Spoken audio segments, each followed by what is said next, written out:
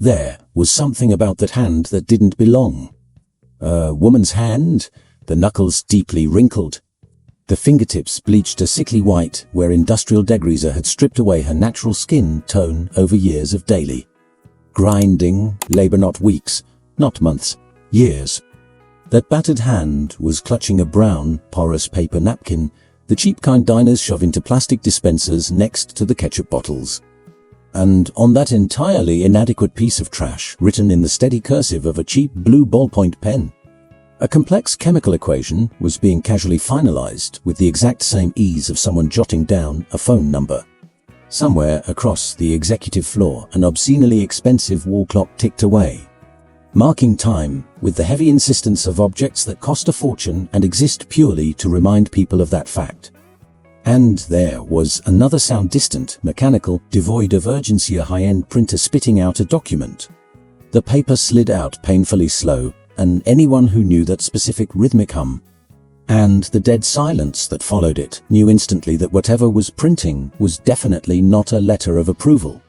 The voice was female, low, utterly devoid of inflection, like someone reading the steps of a recipe they'd memorized decades ago. The hydrogen bond between the beta-amyloid ligand and the excipient is inverted. That is exactly why your trial patients are going into cardiac arrest. It is a freshman-level miscalculation. The face of the man standing in front of her told a story he would have paid millions to keep hidden. He was pale as freshly extinguished candle wax, cold sweat dripping down the collar of his Italian silk shirt with the sickening persistence of a body plunging into sheer panic. His eyes were locked onto the dirty, crumpled napkin the woman was holding, not with his usual sneering disdain, not with the untouchable arrogance that had defined every single minute of his entire week, but with the specific, suffocating terror of a man who suddenly realizes the true depth of the grave he just dug for himself. His mouth hung slightly open.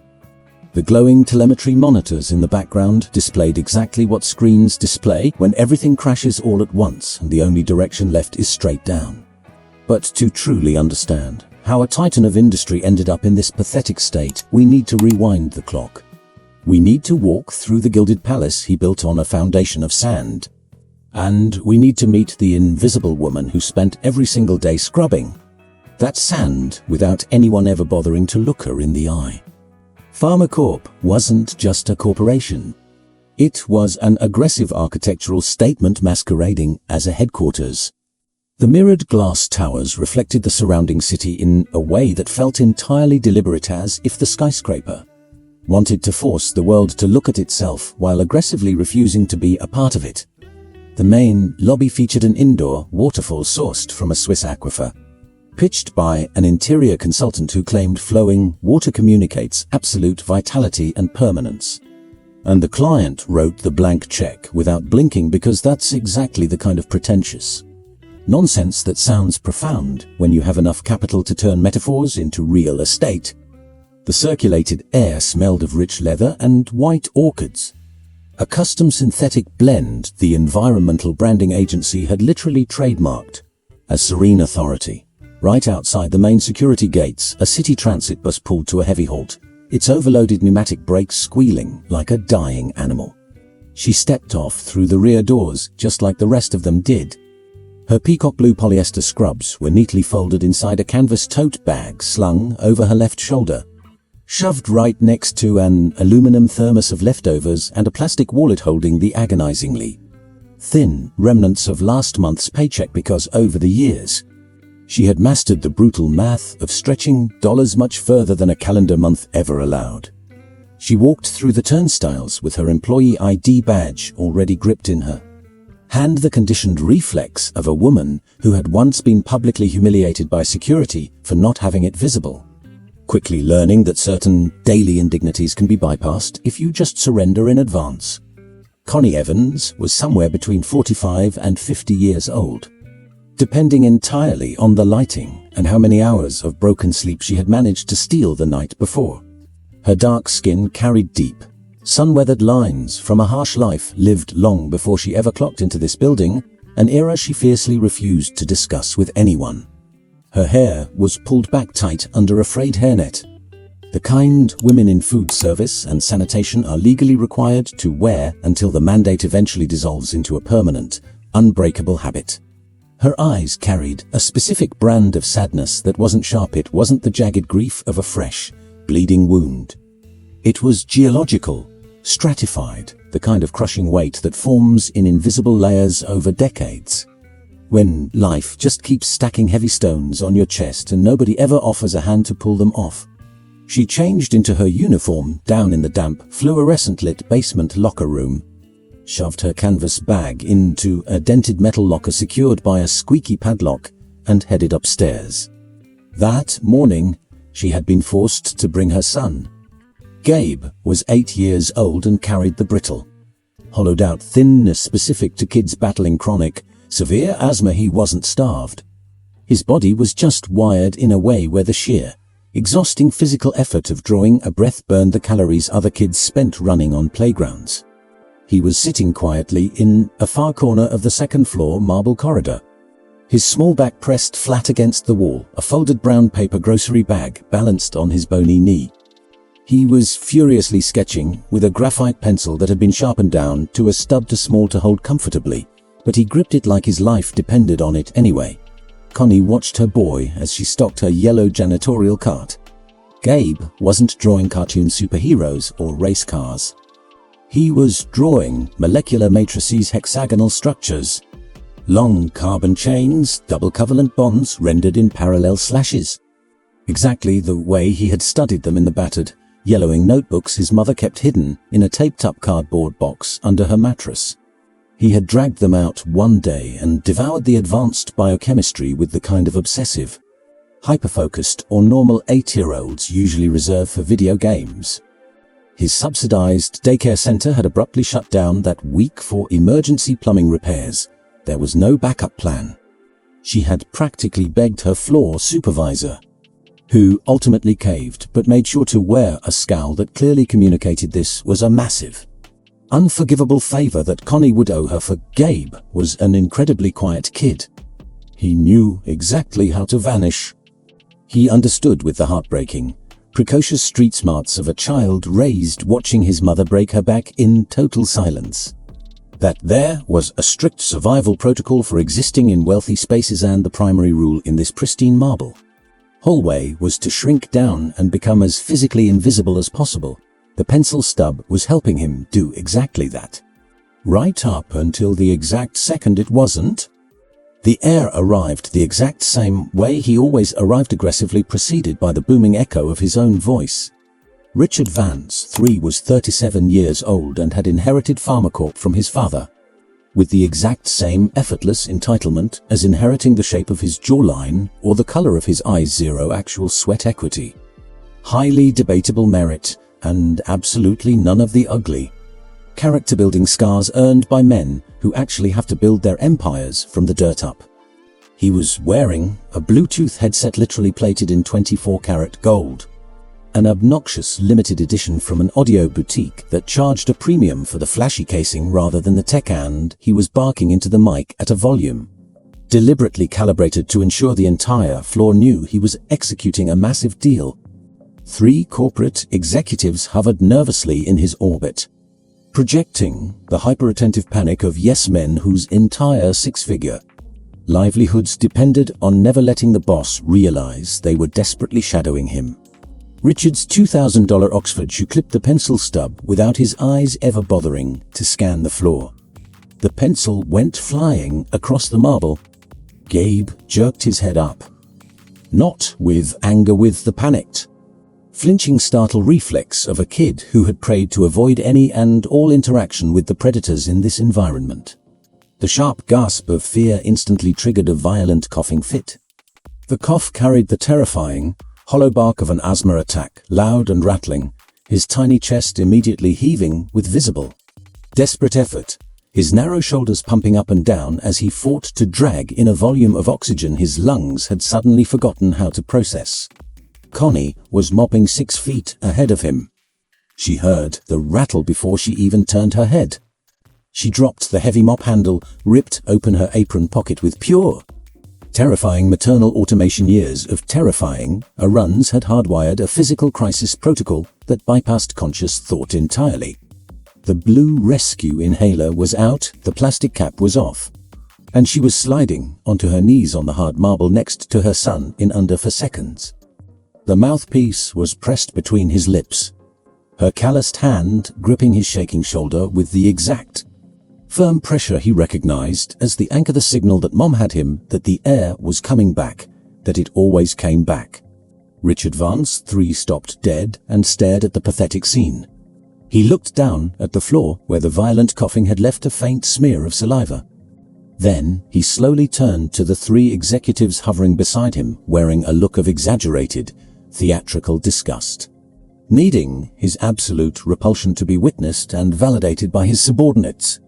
Call pest control. His voice was dead, dropping a logistical order like he was asking for a fresh coffee. I want this entire wing chemically sanitized. I have no idea what kind of ghetto virus this slum rat just coughed up inside my headquarters. A vicious, lingering pause. This is a billion-dollar pharmaceutical empire, not a Medicaid-free clinic. Connie slowly raised her eyes. She was kneeling on the cold marble floor with her wheezing son clutched against her chest. The blue plastic inhaler trembling in her hand, her eyes welling up with hot, stinging tears of absolute shame, not the shame of a woman who had made a mistake, but the soul-crushing humiliation of being treated like human garbage right in front of her own child. Sir, I swear it's only asthma. It's not contagious at all. I am so sorry. His daycare was just... Richard leaned in. Not to close the distance with any shred of empathy, he leaned down to close the gap so his next words would stab with maximum surgical precision. It was the body language of a man inspecting a cockroach before deciding exactly which boot to crush it with. His cold eyes flicked down to her lanyard, staring at the faded photo, reading the tiny printed name sitting beneath the word sanitation. Asthma. He spat the word out with the exact same revulsion some people use when they say the word tumor. Do you have any concept of what it actually costs to treat that properly? A hell of a lot more than you scrape by on with your starvation minimum wage scrubbing. The piss off my toilets. The 3 executives in the background collectively stared down at their wingtips. Do the entire gene pool a massive favor. Stop breeding. The world is already overpopulated with trash. He straightened his posture, smugly tapped his gold earpiece, and kept walking down the hall. It's hard to believe anyone could be so utterly, sadistically cruel, isn't it? If you're just as violently outraged by this injustice, hit that like button right now to show you stand with Connie and Gabe against the elite. Connie wiped her burning eyes with a frayed rag tucked into the waistband of her uniform. Not the chemical-soaked rag she used on the floors. She wasn't that kind of person. It was a clean dish towel she brought from home specifically for emergencies that had absolutely nothing to do with her job. She wiped her face slowly, meticulously, desperately trying to hide the breakdown from her son, even though she knew in her gut he had already seen every second of it. Gabe's violent coughing had finally subsided. He was just sitting there, staring up at his mother with 8-year-old eyes that understood the brutal mechanics of the world far better than any child ever should. Further down the pristine hallway, one of the 3 executives who had been trailing Richard had quietly dropped a few paces behind the pack. He was noticeably older than the slick MBA silver hair, wearing a crisp white lab coat over his tailored shirt, projecting the distinct aura of a brilliant technical mind who had clawed his way into the executive suite through sheer undeniable utility and survived every ruthless management purge simply because he was too valuable to fire. He was staring dead at Connie. His brow was furrowed, but not with elitist judgment. It was the strained, hyper-focused look of a man desperately digging through the massive, overflowing archives of his memory to match a face to a file. He leaned slightly toward the junior VP next to him and muttered, almost entirely to himself, that woman right there. I know her from somewhere. Her bone structure, the eyes. She looks exactly like that brilliant researcher who made the cover of Nature Biotechnology 15 years ago. The one who blew the whistle on the massive embezzlement inside the Alzheimer's grant. The junior VP let out a mocking, dismissive scoff? The kind of arrogant laugh that instantly kills an investigation. Give me a break. That crazy genius is probably dead in a ditch or locked up in a state psych ward by now. That right there is just a mop pusher. The older executive didn't laugh. He just stood there in silence, his eyes burning into Connie's back as she slowly returned to her yellow cart, wrapped her raw, calloused hands back around the heavy mop handle, and went right back to scrubbing the floor with the heartbreaking momentum of a woman who learned long ago that stopping to cry costs more money than just swallowing the pain and pushing forward. And there was something flashing in his eyes, not absolute certainty. Not yet, but the kind of aggressive, nagging doubt that, once planted in a brilliant mind, refuses to die. A doubt that works quietly in the background, like a complex algorithm desperately hunting for its missing variables. The brown diner napkin covered in complex math was safely tucked inside the pocket of her peacock blue scrubs. Connie had meticulously mapped out the final sequence during her unpaid lunch break. Sitting on a greasy concrete parking block in the subterranean garage while Gabe slept off his asthma attack next to her, his small head resting heavily on her shoulder. The stub of graphite recovered from the marble floor after the hallway had finally cleared out flew across the cheap, porous paper driven by the flawless, blazing muscle memory of a woman who had spent years running these exact simulations on million-dollar lab equipment under harsh fluorescent lights. The multi-billion-dollar chemical equation was fatally wrong. Not her equation, theirs. And she knew the exact atomic coordinate where it was bleeding out. The grand ballroom of the Imperial Meridian Hotel technically had a maximum fire capacity of 500 people. But tonight there were 530 bodies packed inside. Because absolutely no one in the city declined an RSVP from Rich Advance 3 when PharmaCorp was picking up the open bar tab. Flutes of vintage crystal champagne floated through the crowd on polished silver trays, carried by tuxedoed waiters who had been explicitly threatened with termination if they ever allowed a guest's glass to drop below the halfway mark. The massive digital screens, 4 of them, aggressively angled in every corner of the ballroom to ensure zero blind spots pulsed with hockey stick growth charts. The kind of impossibly steep upward curves that look like natural business progression when you stare at them long enough, completely masking the fact that every single inch of that aggressive vertical climb represents ruthless, bloodthirsty decisions made behind closed mahogany doors by men who will never, ever feel the catastrophic consequences of their actions. The air in the room was thick with the scent of white orchids, truffle, shaved canapes, and the kind of aggressive, hyper-expensive cologne that lingers in the room long after the billionaire wearing it has already left. Richard was up on the main stage. He wasn't hiding behind the acrylic podium, he was pacing the floor in front of it, gripping a wireless matte black microphone in his right hand and a sweating flute of crystal in his left.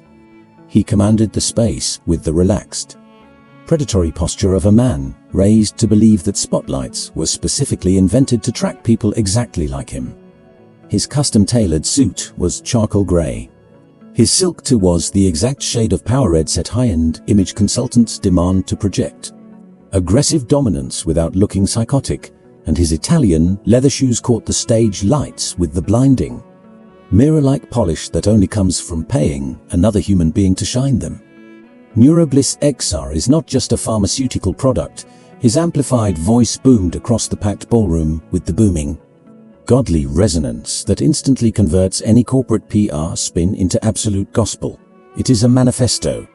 It is undeniable proof that true, world-altering innovation does not crawl out of some bureaucratic, government-funded university lab choked by 10 years of red tape, a brilliantly calculated, theatrical pause. It comes from the sheer, unadulterated guts to drop $2 billion in cold cash on a vision. Thunderous applause erupted. The deafening, synchronized clapping that always starts a split second early because the sycophants in the front row are practically trained seals waiting for the cue. Richard pivoted slightly, gesturing lazily toward the massive screen behind him, where the projected revenue curve for NeuroBliss X are shot up toward the top right corner of the digital grid like a rocket. acting as if there was literally no physical limit to the greed mapped out on that chart. Early onset Parkinson's disease utterly devastates 40 million people globally. 40 million families staring into a void with absolutely zero answers. He raised his crystal flute toward the ceiling. As of Q3 next year, they have their answer.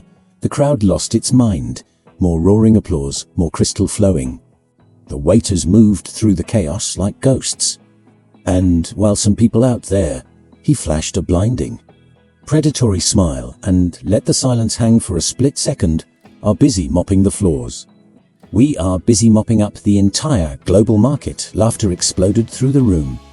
The genuine, barking laughs of the ultra-rich who found the cruelty legitimately hilarious, blending seamlessly with the hollow, performative chuckles of the mid-level executives who desperately needed their boss to see them laughing from the stage. The difference was entirely indistinguishable. That exact same night, on the other side of the city grid, there was absolutely no champagne flowing. To grasp the sheer horror of what was about to unfold, you have to understand St. Jude's University Hospital decaying. Brutalist 6-story concrete block with paint peeling off the exterior walls like dead skin. The internal corridors perpetually reeking of that highly specific, sickening blend of bleach and stale blood that only exists in a trauma center that hasn't closed its doors for a single second in 40 years. The attending doctors pulling shifts here didn't wear custom-tailored, silk-embroidered scrubs. They wore faded, industrially washed cotton. There was a patient lying in a bed on the 5th floor who had been officially enrolled in the phase 3 clinical trials for NeuroBliss X are exactly 8 weeks ago. 62 years old, aggressively confirmed early onset Parkinson's diagnosis verified by 3 independent neurologists. Absolutely zero significant cardiovascular history and 0 red flags during the exhaustive corporate screening process. He was the flawless textbook demographic that Pharmacorp's glossy marketing brochures paraded around as the ultimate success story. The telemetry alarm began screaming at exactly 11:41 p.m. Code blue. The crash team sprinted into the room and slammed into a waking nightmare that the glowing monitor had already violently confirmed a massive, fulminant adrenergic cascade. The man's heart was being flooded with chaotic electrical signals that had no biological business existing.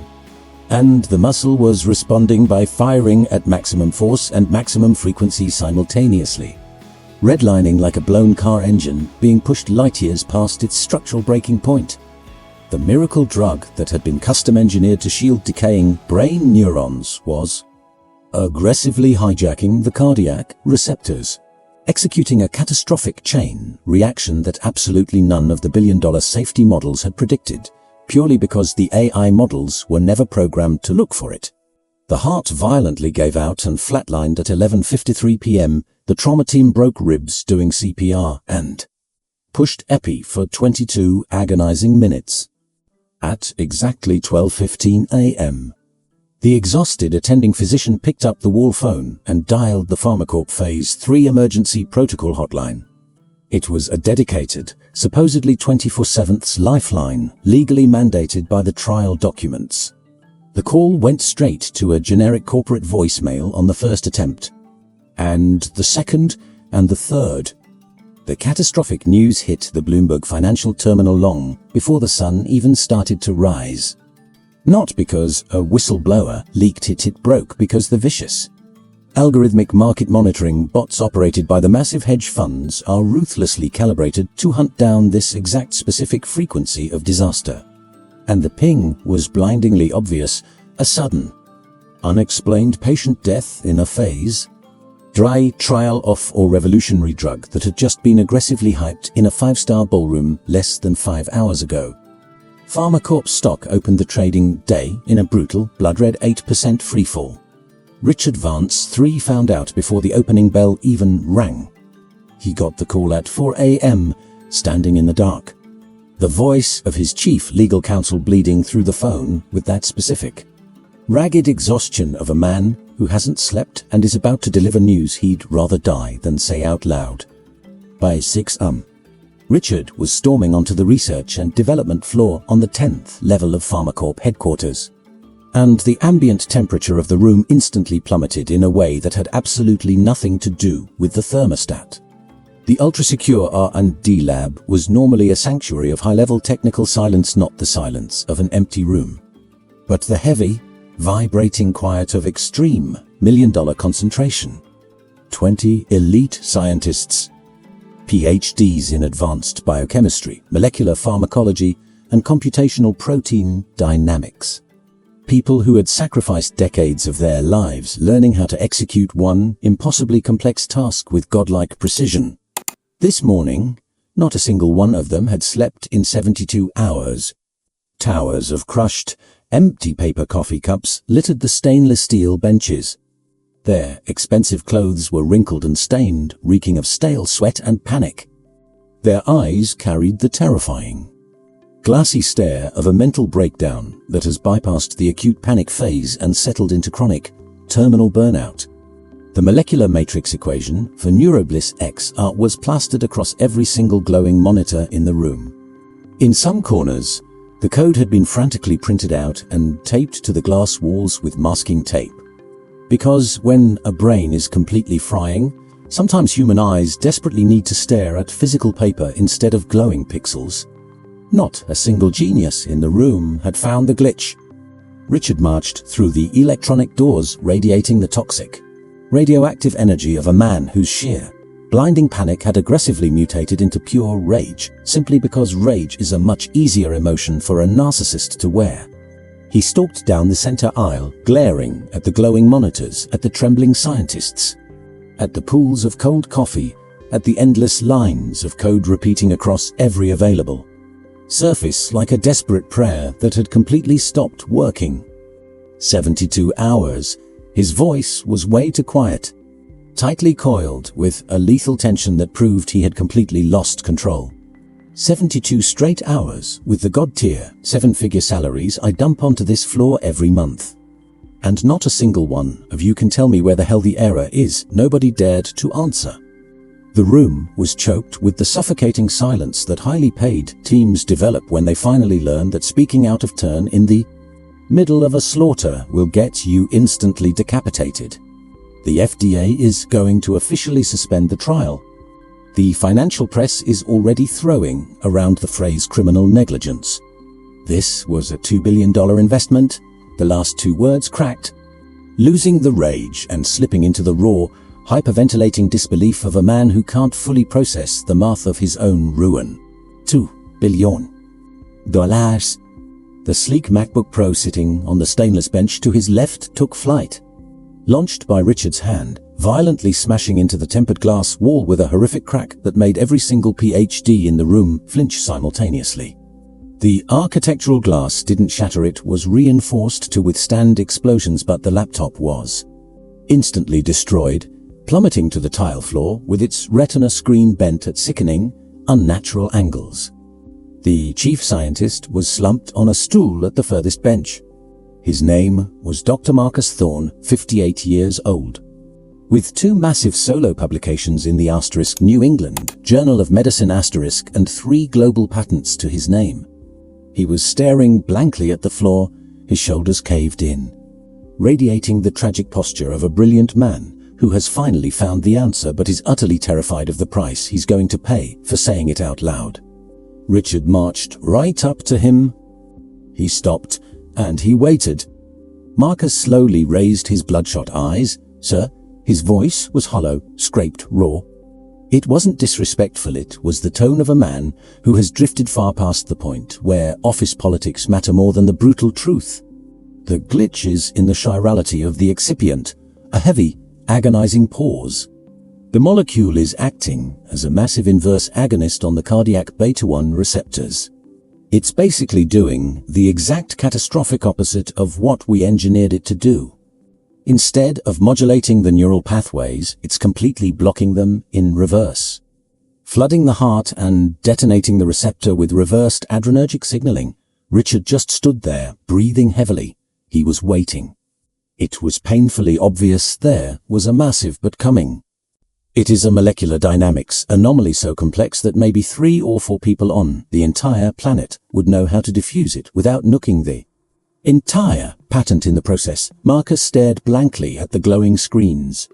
One of them died of a stroke in 2018. The other is living in a remote research institute in Norway and aggressively refuses all outside communication or much longer terrifyingly quiet pause.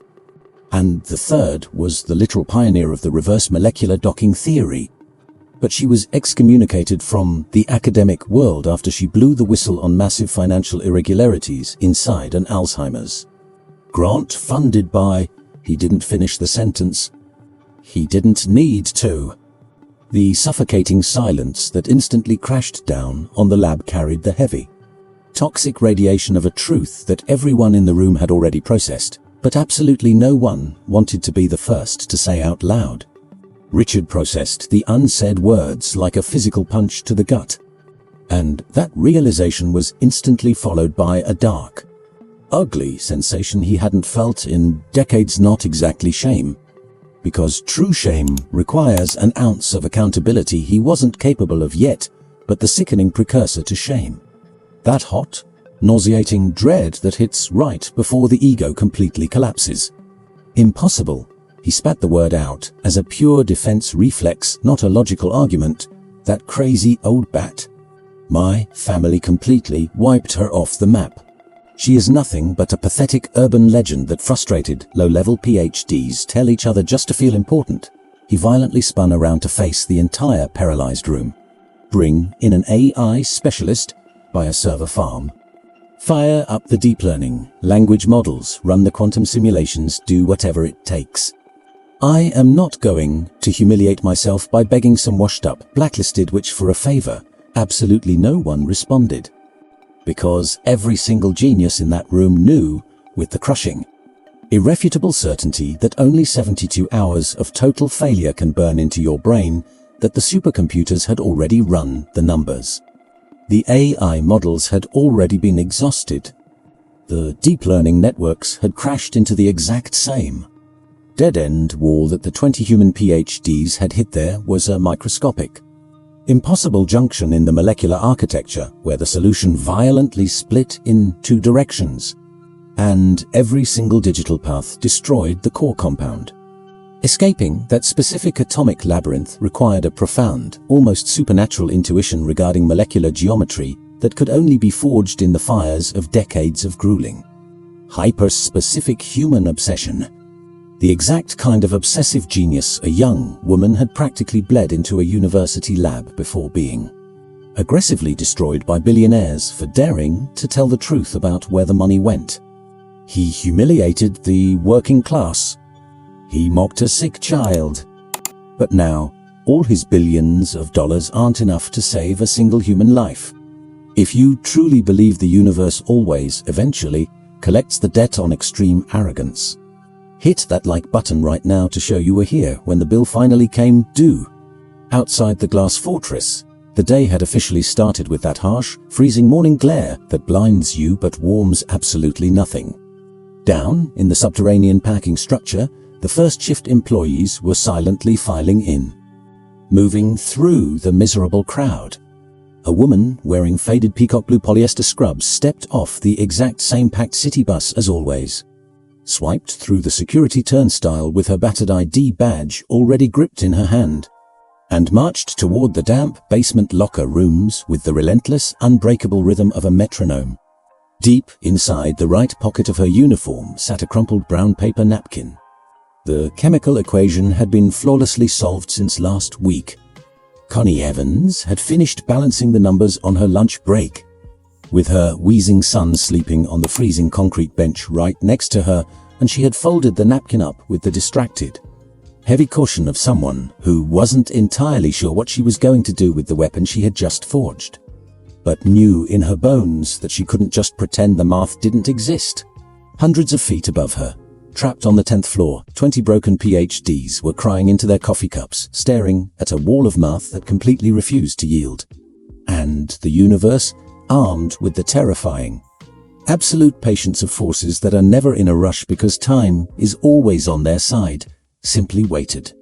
The apocalypse didn't hit all at once.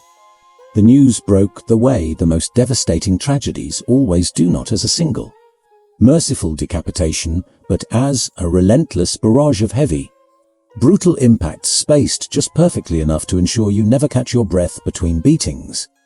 First came the official press release from the FDA, blasted out onto the wires draped in the sterile, razor-sharp bureaucratic legalese that federal regulators use when they are screaming catastrophe. Without wanting to trigger a public panic, immediate precautionary suspension of all active clinical trials, followed by emergency protocol safety investigation and compulsory federal audit of all Phase 3 data. Every single bullet point felt like a physical death sentence that Richard read 3 agonizing times on his cracked iPhone screen, standing barefoot on the cold tile of his penthouse bathroom at 6:40 in the morning. The shower still running behind him because he had stumbled out in a panic before he even finished washing the soap off. Then came the stock market. Losing 40% of your market cap in 48 hours isn't a correction. It isn't a dip. It is a catastrophic structural collapse. It is the terrifying difference between a skyscraper swaying in the wind and a skyscraper violently pancaking into dust. And every single suit trapped inside the financial wing of PharmaCorp during those bloody 48 hours physically felt the floors caving in beneath their Italian leather shoes with the crushing inevitability of a Ponzi scheme running out of fresh blood. The guillotine call from the board of directors finally dropped on the afternoon of the second day. There were 7 heavy voices dialed into the encrypted conference bridge, and Richard intimately knew every single one of them. He had bought them $1,000 lunches. He had poured them 30-year-old scotch. He had sat in mahogany boardrooms and listened to these exact same voices praise him as a visionary, swearing that his father's sacred legacy was perfectly safe in his hands, that his aggressive pipeline for neurobliss was exactly the ruthless leadership the market demanded. Now, those exact same voices carried the chilling, metallic frequency of a firing squad. 24 hours. That was the absolute deadline. Either the catastrophic glitch was patched and the FDA resubmission process was officially triggered with bulletproof data, or the board was calling an emergency shareholder vote to immediately strip him of his CEO title and transfer executive control. And there was already a hostile buyer circling the blood in the water, a massive, ruthless conglomerate that needed zero introduction on Wall Street. And they had just floated an acquisition offer that the board politely described as highly reasonable given the tragic circumstances, which is corporate code for a humiliating pennies-on-the-dollar fire sale. Richard hung up the phone without saying a single word. He stood perfectly still in his massive, eerily quiet office for several long minutes. He wasn't really thinking. Exactly. But processing, which is a very different biological function. Thinking produces logical conclusions. Processing only produces a horrifying awareness of just how deep the water you're drowning in actually is. He mechanically slid open the right-hand drawer of his desk, grabbed the Cuban cigar he kept stashed specifically for nuclear-level stress, and took the private executive elevator straight down to the parking garage. The subterranean garage always reeked of damp concrete, exhaust fumes, and dripping motor oiler toxic stench that no amount of multi-million-dollar VUC ventilation could ever fully scrub out. Only weekly mask with varying degrees of utter failure. Richard lit the cigar while leaning heavily against the reinforced door of his armored SUV, staring blankly into the shadows, letting the thick blue smoke swirl around his face like he was desperately trying to build a physical wall between his collapsing ego and the rest of the brutal reality waiting outside. That was when he saw them, sitting on a raw, grey concrete bench near the very back of the lot, a miserable slab of stone that only existed to satisfy some obscure OSHA union regulation and was never actually designed for human comfort, were a woman in a blue uniform and a little boy. An aluminum Tupperware container was popped open, balanced perfectly on the woman's knees. It looked like cheap meatloaf and cold mashed potatoes from that distance, smothered in something he couldn't quite identify. She was eating in slow, Exhausted bites, her focus split evenly between her cheap lunch and the kid sitting next to her. The boy was holding a plastic molecular model kit. One of those generic, educational science toys made of cheap-colored spheres and brittle plastic connecting rods, black for carbon, white for hydrogen, red for oxygen, blue for nitrogen, the exact kind of junk you see in discount museum gift shops that most normal kids play with for 20 minutes before begging for an iPad. But Gabe wasn't most kids. He was aggressively building something. A complex matrix was blooming in his tiny hands with the terrifying, unchained logic of a child who hasn't yet been crushed by the school system into believing that chemistry is supposed to be hard. So he just snapped the bonds together without the paralyzing hesitation that fear of failure creates in adults. His small fingers popped the atoms into place with a blinding, raw intuition that cannot be taught in a classroom because it predates the concept of learning altogether. He hoisted the plastic structure up into the harsh fluorescent light, analyzing it from one angle, then twisting his wrist to check another. "Mom," the kid's high-pitched voice echoed softly off the grease-stained concrete. "If I rotate this hydrogen atom over here," his tiny thumb flicked one of the white plastic spheres on its axis, "the molecule won't stick to the heart receptors at all. It'll bypass and go straight to the brain," an 8-year-old taking a breath to audit his own quantum mechanics. "You just have to invert the hydrogen bond, right?" Connie stopped chewing. It wasn't a theatrical gasp. It was the terrifying, total system freeze of a brilliant mind receiving a massive data packet from a completely blind angle, requiring her entire central nervous system to shut down for a microsecond just to redirect the power to process the math. She slowly lowered her eyes to the plastic toy in her son's hands. And then, something deep behind her exhausted eyes physically ignited. "It was all tiny blinding flash, not joy, not exactly, but absolute terrifying recognition." The exact kind of manic spark you see in a jazz prodigy's eyes when they accidentally hit a wrong note that magically unlocks a masterpiece. Or the terrifying stare of a mathematician who suddenly sees the final code of an unsolvable cipher seconds before they can even verbalize how they cracked it. It was a raw, biological reflex that 15 brutal years of toxic bleach and polyester scrubs hadn't been able to kill. Because true genius doesn't die, it just gets buried under the dirt until the rain washes it out. The aluminum Tupperware was set down on the concrete bench with absolute care. A cheap, chewed-up BIC pen was yanked out of her apron pocket. A brown, porous, grease-stained diner napkin. She always kept a stash of them on hand. Because Gabe's asthma often meant runny noses, and she had mastered the exhausting logistics of keeping a sick kid alive on a budget materialized in her left hand. She didn't write down a single word. What aggressively bled onto that garbage napkin was a flawless Schrödinger equation directly applied to the stereochemistry of the billion-dollar drug, the pure mathematical blueprint of how a specific molecule behaved in a quantum environment. And the variables weren't just regurgitated from rote memorization. The constants were slashed onto the paper with the terrifying speed of a master translating the music in her head, filling in the blanks because she actually understood why every single number existed. Her hand flew with the frantic, explosive speed of someone who wasn't inventing a solution, but furiously transcribing a flawless truth that had been locked inside her skull for a decade and had finally found a crack to escape through. Richard had pushed off his armored SUV and started walking before his brain even registered that his legs were moving. He was 12 feet away when he finally hit the brakes. The Cuban cigar had gone, completely cold between his trembling fingers. He was staring down at the greasy napkin with the exact same hollow, traumatized expression he had worn while reading the FDA suspension notice, the face of a man staring at a reality so massive his brain simply refused to render the graphics. When he finally spoke, his voice was dripping with his default toxic sarcasm. But there was a violent tremor hiding underneath the venom that he couldn't completely mask. "Sketching out your grocery list on a trash napkin?" He took 2 aggressive steps closer, invading their space.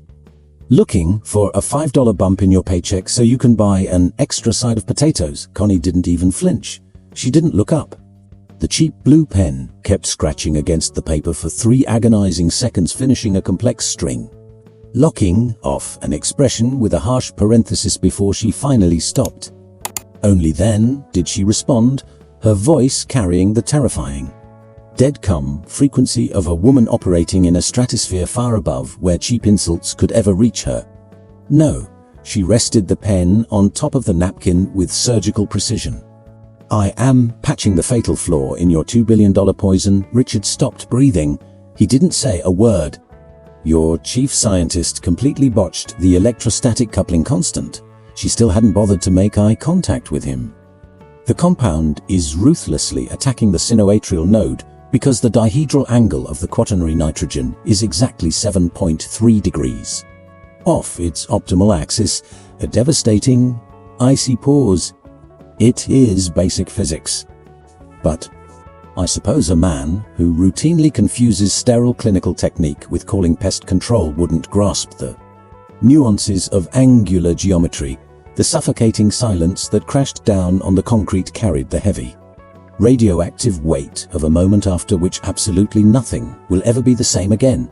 Richard stared down at the brown napkin, at the flawless mouth, at the invisible woman who had just effortlessly rewritten the code while eating cold leftovers in a subterranean exhaust trap. And then he looked at the little boy sitting next to her, clutching his blue rescue inhaler, staring back with the bright, analytical curiosity of a kid who hadn't yet been brainwashed into believing that men in expensive suits were supposed to be scary. Richard violently lunged his hand toward the napkin. It was a fast aggressive swipe, the pure muscle reflex of an apex predator used to snatching whatever he wanted from the weak without ever asking permission. But Connie was faster. The napkin vanished against her chest in a fierce, blinding reflex, her arms crossing over it like a steel cage, her elbows locking tight, her entire posture radiating the undeniable threat that the scrap of trash wasn't leaving her body without a bloodbath. They froze in that exact standoff for a long, terrible moment, the billionaire towering over them. The cleaning lady anchored to the concrete bench, gripping the napkin to her heart, and the little boy with the inhaler watching the collision with the hyper-focused silence of a scientist cataloging a brand new, highly volatile species. Gabe wasn't scared. He was deeply curious. There was a massive difference, and anyone who actually knew the kid could spot it instantly.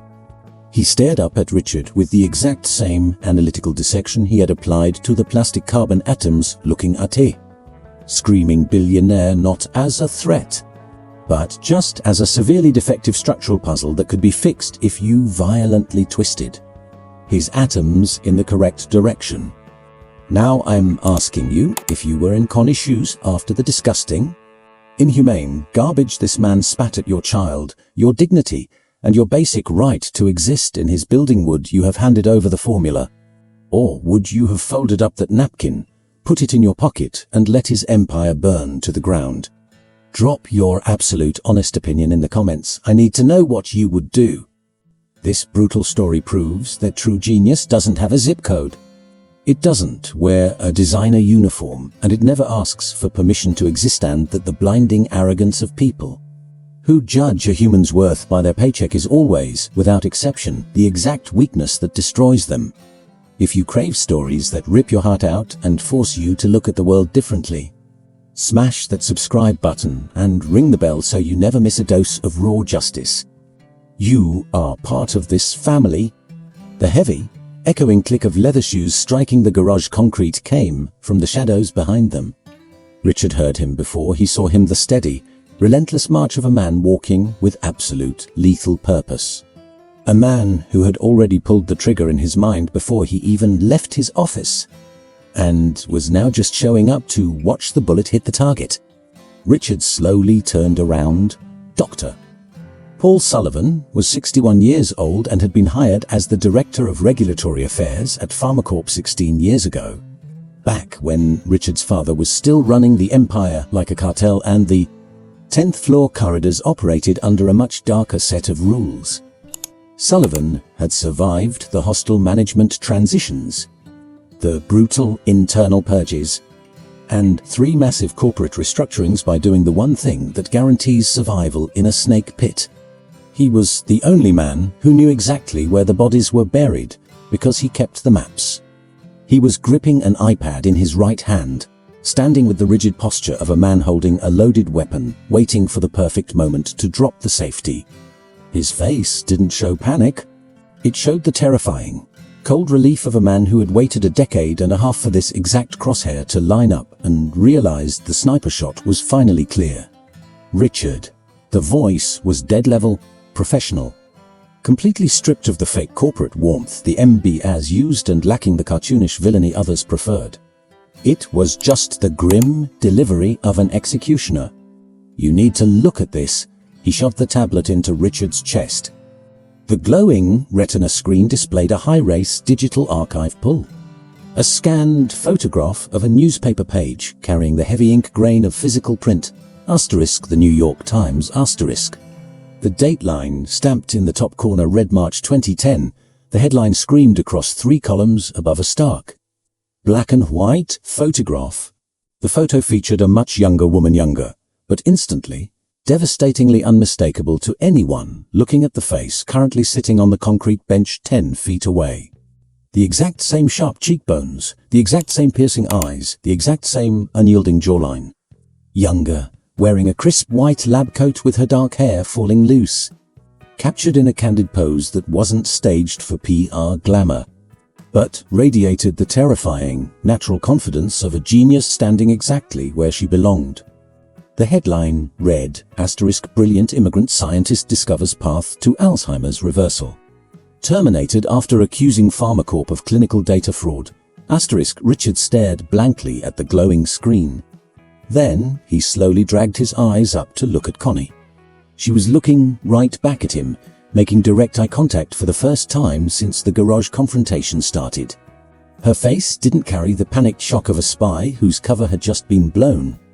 She wore the chilling, serene expression of a ghost who always knew the reckoning was coming, who had either meticulously prepared for it or simply stopped giving a damn a long time ago, and was now welcoming the apocalypse with the absolute calm of a truth that exists whether you believe in it or not. Gabe stared at the glowing tablet, his 8-year-old brain processing the bizarre reality of seeing his mother's face plastered on the news, quietly calculating what this meant for the terrified men sweating in front of them. Paul Sullivan smoothly pulled the iPad back, squaring his shoulders and standing tall between the billionaire and the janitor, taking the posture of a man who was about to torch the entire building and wanted to make sure everyone saw him strike the match. Your father didn't destroy her career out of some petty corporate revenge. His voice remained in that flat, lethal register. No judgment, no sadistic joy. Just the brutal delivery of a suppressed file that had waited 15 years to be opened. He destroyed her because the core foundational patent for neurobliss actually belongs to her. Richard's jaw opened. A hollow gasp came out, but no words. The entire reverse molecular docking theory that this massive empire has been built on for the last decade and a half. The revolutionary theory he trademarked, that he patented, that he strutted around global symposiums taking all the credit for. Paul didn't speed up his delivery. He let every word draw blood. That is her life's work. He systematically falsified the original FDA trial data to forcibly shove her out of the picture. Locked down the patents under his own name before she could secure legal counsel. And when she blew the whistle to the feds anyway, he weaponized the billions that patent was already generating to utterly and permanently obliterate her academic credibility. The heavy, toxic silence hovering in the exhaust fumes was the kind of silence that retroactively rewrites your entire existence. But his stolen patent has a fatal glitch. Paul locked eyes with Connie, then slowly turned his head back to Richard. A massive omission in the core equation. Whether it was a deliberate sabotage or an accident we'll never know, but she was the absolute only person who held the missing key. Because she was still actively mapping that exact atomic sequence when the data was hijacked. A suffocating pause. You are injecting desperate people with pure poison because your father stole half a recipe. and the missing half of that multi-billion-dollar formula is currently written in blue ink on that dirty napkin. Richard dropped his cigar. It wasn't a cinematic, dramatic gesture, it was the pathetic, involuntary failure of a central nervous system that simply forgot to tell his fingers to stay closed while his brain aggressively tried to stop 16 years of his family's mythology, his father's legacy, and his entire fraudulent identity from violently crashing into the pavement. Connie slowly stood up from the concrete bench. Her movement was agonizingly slow and fiercely deliberate, not the sluggishness of an exhausted maid, but the terrifying, calculated pacing of an apex predator who controls the speed of the room because she knows speed communicates panic. And she had none left.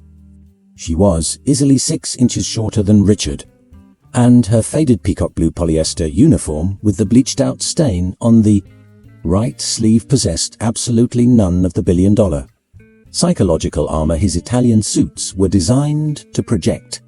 But when she tilted her chin up and locked her eyes onto his, the height difference evaporated and the entire power dynamic of the garage violently shattered.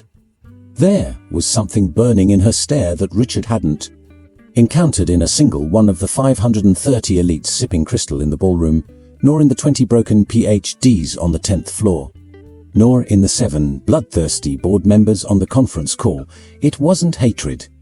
Hatred would have been a mercy. Hatred is a chaotic emotion that invites a fight, creates a polarity, gives you an angle to push back against. What radiated from Connie's eyes was cold, absolute mathematical justice. The terrifying look of an unbalanced equation finally forcing the universe to generate an equal sign. Your father violently stripped off my lab coat and handed me a polyester apron. Her voice was a low, reinforced steel beam, completely unshakable. He stole my multi-million-dollar laboratory and handed me a plastic bucket, a lethal pause. Now, you are going to hand me his chair. Richard just stared at her, completely paralyzed. He flinched as his iPhone violently vibrated against his thigh 3 rapid times in a row, stock alert freefalls that he recognized purely by the vibration pattern. Because over the last 48 hours his body had become intimately traumatized by the specific rhythm of financial ruin buzzing against his leg. How much do you want? His voice desperately, pathetically tried to claw its way back into the familiar cadence of a boardroom negotiation, that controlled, slightly arrogant tone of a man used to buying his way out of hell. But the gears were visibly stripping. Money? A VP title? I can carve out a senior advisory position, cut you a massive 8-figure retroactive settlement for the I want the seat on the board of directors. The words hit the concrete like a block of lead. No raised voice, no frantic pacing. Just raw, non-negotiable data. I want the presidency of the Scientific Steering Committee, complete with absolute unilateral veto power over any and all drug development pipelines. She didn't need a legal pad to reference the terms. She had drafted this exact contract in her head thousands of times while scrubbing his toilets, burning the clauses so deep into her neural pathways they were now muscle memory. And you are going to sign a legally binding public confession of systemic scientific fraud, which will be hand-delivered to the FDA and the front page of *, the New York Times *, detailing the exact tampering of the original clinical data, the brazen theft of my intellectual property, and the malicious, targeted destruction of my academic career. Richard's mouth fell open, gasping for air. In exchange, she cut him off with the surgical strike of a scalpel before a single word could escape his throat. I will hand you the corrected equation that saves your crumbling empire from Chapter 11 bankruptcy and stops your company from murdering any more innocent patients while your legal sharks desperately hunt for a loophole that does not exist. The silence that clamped down on the garage was the brutal, suffocating reality of a hostage negotiation where the hostage taker is holding a nuke, and both sides know exactly what happens if the trigger gets pulled. Richard looked down at the napkin. It was an insultingly pathetic object to anchor a multi-billion-dollar transfer of global power. A greasy, porous piece of brown trash that would tear in half if you pushed a pen too hard. edged with dirty fingerprints, covered in a complex matrix written in cheap blue ink. Penned with the steady, looping cursive of a brilliant immigrant woman who had learned to write quantum physics in underfunded public university notebooks and had kept writing in them long after the academic world had violently spit her out. It was the absolute only thing standing between him and total financial annihilation. It was the absolute only thing standing between his pharmaceutical empire and a federal indictment for corporate manslaughter, for injecting patients with a lethal compound that never should have cleared a petri dish, let alone a Phase 3 trial. It was the only thing standing between the golden, mythical legacy his father had fabricated and the ugly, radioactive truth of what they really were. Richard's extended hand began to violently shake. Not a massive seizure, but a pathetic, uncontrollable tremor easily visible under the harsh fluorescent lights. It was bad enough that Gabe, still clutching his plastic atomic model in his lap, watching the execution with the quiet intensity of a kid who sees everything, could vividly spot the glaring difference between the arrogant Oxford shoe that had violently kicked his pencil and the pathetic, trembling palm now begging for a piece of trash. Connie did not hand the napkin over immediately. She stood there, staring at his shaking, manicured hand for a long, agonizing moment, not because she was hesitating, but because she was forcing him to feel the crushing, unbearable weight of the transaction. 15 years of toxic bleach, heavy buckets, cold leftovers, crowded city buses, and the deep, hollow dark circles under her eyes that had nothing to do with insomnia and everything to do with the soul-crushing exhaustion that infects your bones when the world legally decides you are worth minimum wage despite the brilliant degrees proving you could cure them. 15 stolen years that could never, ever be refunded, but could finally, brutally, be invoiced with interest. She slowly looked down at Gabe. Gabe looked right back up at her, his blue rescue inhaler clutched in his left hand, his bright plastic molecules gripped in his right. And burning inside his 8-year-old eyes was that exact same blend of hyperanalytical curiosity and unshakable calm she had desperately tried to feed him through osmosis his entire life, the ironclad belief that the world is a brutal, rigged system, but it always has a solution. That broken angles can always be fixed. That the hydrogen bond can always be inverted if you're just smart enough to know where to look. She handed over the napkin. The equation was finally balanced. The executive boardroom at PharmaCorp was aggressively engineered to intimidate. Not with gaudy, cheap excess or massive gold statues. It was weaponized intimidation of the highest precision, the psychological warfare of billionaires who understand that true dominance is communicated through negative space and materials you can't afford. So massive, single-slab mahogany table carried a mirror polish so deep it reflected the terrified faces of junior executives back at themselves. The chairs were wrapped in genuine, imported leather in a specific shade interior consultants called cognac, chairs that cost enough to ensure your subconscious instantly associated sitting in one with being a predator, not prey. The floor-to-ceiling glass windows offered a sprawling, godlike perspective of the city grid, specifically designed to remind everyone inside that they were physically and financially above the millions of ants crawling below. Connie was sitting dead center at the head of the table. She was still wearing the faded peacock blue polyester uniform. The pale bleach stain on her right sleeve was aggressively visible under the recessed lighting. Her scuffed employee ID badge was still clipped to her pocket. She had arrived that morning on the exact same packed city bus, swiped through the exact same employee turnstile with her badge already in her hand, and ridden the rattling service elevator up to the executive floor because the glass-walled VIP elevators were programmed with a class-restricted keycard logic. She hadn't bothered to change her clothes before walking into the boardroom. It wasn't an oversight. It was a kill shot. The thick legal binders were fanned out perfectly across the mahogany, meticulously prepped by a terrified corporate legal team who had spent the entire night frantically drafting the surrender under the dead. Neutral expressions of lawyers desperately hiding their internal panic. The public confession of scientific fraud spanned 3.5 pages of brutal, unredacted serif font, written in lethal, direct language. Entirely stripped of the cowardly, strategic ambiguities that corporate lawyers usually sneak into settlements when they still hold a shred of leverage. This time, they had absolutely zero leverage. Richard was slumped to seats down from the head of the table. He was wearing a slate grey suit, not the exact same armor he wore at the Imperial Meridian Hotel launch, but cut from the same cloth. The kind of aggressive tailoring a man wears when he desperately wants to project power while officially signing his own death warrant. But the suit couldn't do the job it was paid to do.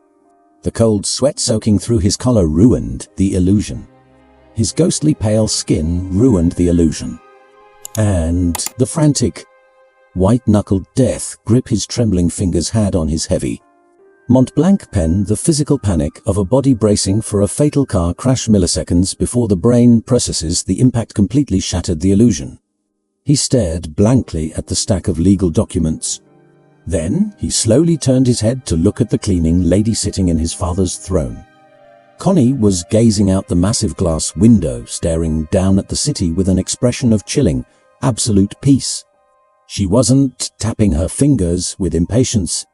She radiated the terrifying serenity of an apex predator who has already cornered the prey and has the luxury of eating as slowly as she wants. The gold nib of the pen touched the heavy paper. The letters dragged out agonizingly slow. Not because Richard was having second thoughts that war had already been completely lost on the concrete in the parking garage.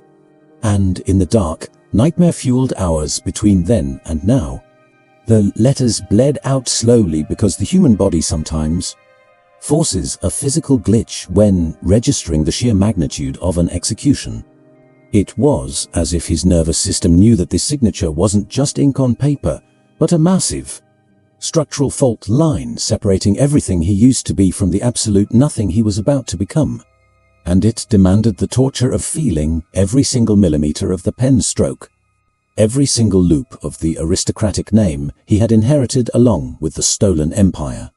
The hijacked patents and the completely fabricated mythology of his own brilliance. Every stroke was a death sentence to the delusion his father had built and he had comfortably squatted in without ever asking questions. Because squatting in a stolen mansion is always easier than building your own house. When he finished the signature, he set the pen down on the mahogany table. He didn't tuck it back into his tailored pocket. He just left it lying there next to his signed confession, abandoning it like a useless tool that had finally served its purpose and now belonged to the void. To truly understand the fallout of that signature, we need to jump forward 3 months. The International Academy for the Gifted was a fortress of brick and ivy nestled in an upscale zip code that Connie had spent 15 years staring at through the grimy windows of a city bus without ever once stepping foot on the pavement, the kind of elite neighborhood where the sidewalks are suspiciously clean and the architecture screams generational wealth. Gabe now made that commute every Monday through Friday, stepping out of a private, air-conditioned school shuttle, hauling a brand-new ballistic nylon backpack filled with actual textbooks instead of folded grocery bags. He still kept the cheap plastic molecular model kit stuffed in the front pocket of his bag. Not because the Academy lacked million-dollar lab equipment, they had it. And Gabe devoured their tech with the ravenous, terrifying hunger of a child who had finally been dropped into a matrix where his hyper-obsessive brain was treated like a superpower instead of a behavioral problem. He kept the plastic toy because it was the exact weapon he had used to expose the inverted hydrogen bond. And there was a heavy, unspoken magic in those cheap plastic spheres that he refused to throw into a storage box. His rescue inhaler, however, was a completely different story. The Aerogenius had been rapidly prototyped in 6 blistering weeks of round-the-clock R&D on the 3rd floor of PharmaCorp, a massive, aggressive side project Connie had personally greenlit the second she took control. Because once she corrected the fatal neurobliss equation, the math revealed therapeutic applications that blew wildly past Parkinson's disease. The exact receptor modulation glitch that had acted as a lethal poison, murdering trial patients by redlining their hearts. became once the atomic geometry, was inverted, a hyper-targeted respiratory tool of such terrifying precision that it instantly rendered every existing bronchodilator on the market obsolete. Gabe now breathed with the deep, effortless rhythm of a kid who had completely forgotten what it felt like to drown in his own lungs. Because when you're 8 years old, the nightmare fades fast once the waking world gets good enough. Back on the 10th floor of Pharmacorp, the landscape had also violently shifted. The required uniform was made of thick, abrasive polyester in a highly specific shade of depressing. Institutional beige, the kind of soul-crushing garment engineered to strip away identity and communicate manual labor from 50 yards away. Richard Vance III had been issued 3 pairs of them, along with his highly publicized, deeply humiliating new corporate title, Vice President of Facilities and General Services. An absolute joke of a position specifically created in the new organizational chart, carrying the singular, crushing responsibility of directly supervising the mopping, scrubbing, and sanitizing of every single bathroom and hallway in the building. The newly formed board of directors had pushed the restructuring through with the ruthless, smiling efficiency of corporate assassins who don't care about your feelings. They just want the bloodstains legally documented. Richard had desperately tried to fight it. He had screamed, threatened to sue, tried to negotiate, desperately hunting for the golden parachute or the hidden back door that had always magically opened for him in the executive suites his entire life. But this time every single door was bricked shut.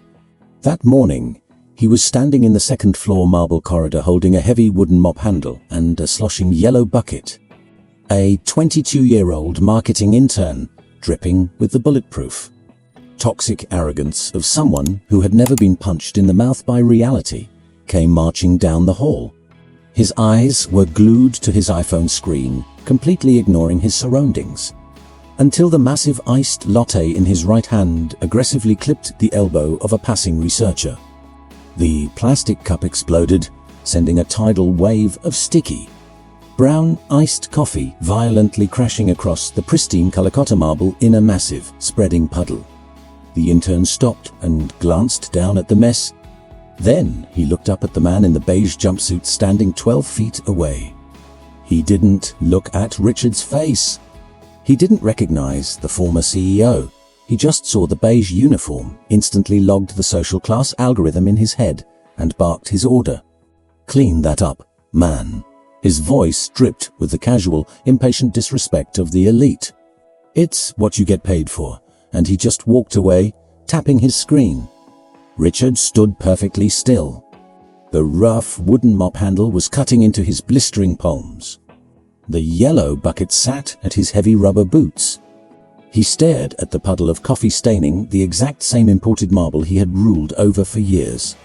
The exact same hallway where he used to strut like a god wearing a gold earpiece.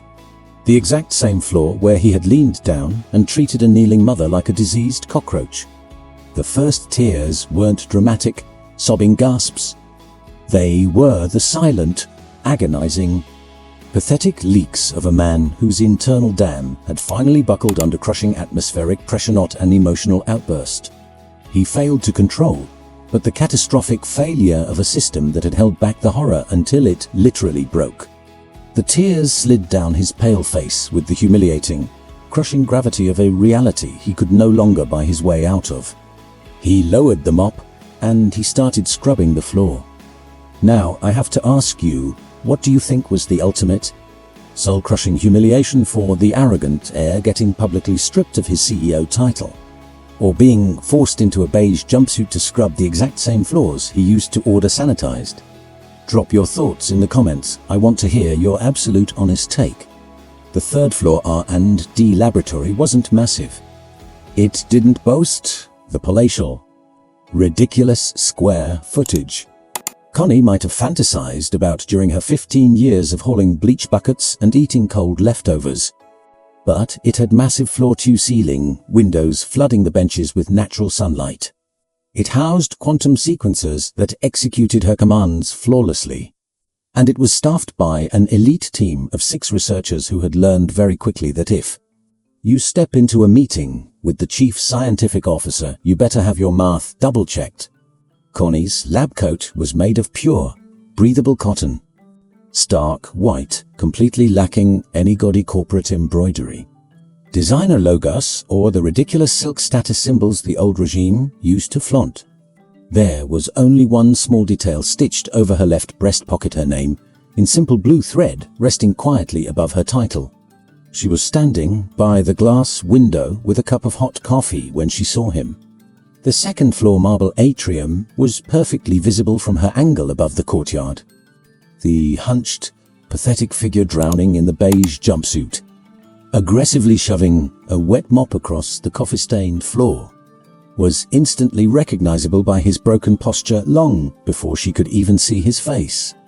Connie stood there and watched him for a long, quiet moment. There was no sick, vindictive smirk. She didn't feel the toxic, adrenaline-fueled high of petty revenge. What washed over her chest was something vastly deeper. It was the profound, stabilizing relief of watching a massive, volatile equation finally balance itself out after decades of catastrophic math errors. The specific, biological peace of watching a chaotic, broken system finally snap back into the exact state the variables always demanded. It wasn't revenge. It was the brutal, beautiful restoration of the natural order of the universe.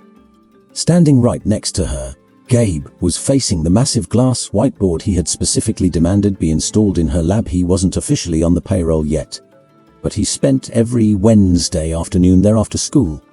And there was something about the hum of the centrifuges that made his chest expand, making him look taller, more whole. His small hand squeaked a blue dry erase marker across the glass.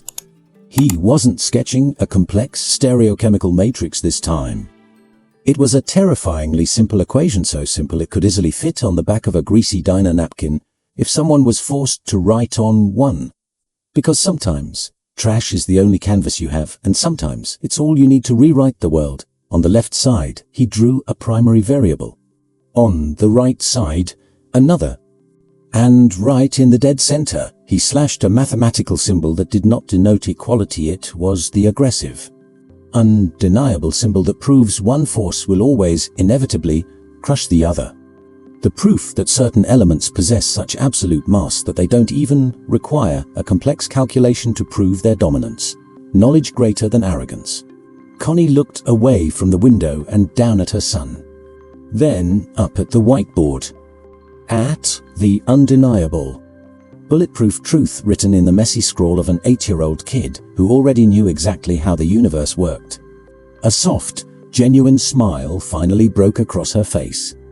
The kind of small, quiet smile that doesn't require an audience, wasn't built to gloat, and was simply the biological byproduct of a soul that had finally been put back together after a lifetime of being broken. She turned her back to the window, walked over to her stainless steel bench and picked up her tablet. She had work to do. Now I'm asking you, this story proves that true science, true brilliance is never actually lost, it just waits. Armed with the terrifying patience of things that know their own worth until the world gets quiet enough to finally listen. The genius that arrogant billionaires try to bury doesn't vanish into a mop bucket. It survives in the pocket of a polyester uniform on a greasy brown napkin, just waiting for the exact right kid with a box of plastic atoms to ask the exact right question. If you crave stories that rip your heart out and force you to look at the world differently, smash that subscribe button and ring the bell so you never miss a dose of raw emotion and justice. True science never dies. It just waits for the perfect moment to blind the people who tried to bury it. You are a part of this family now.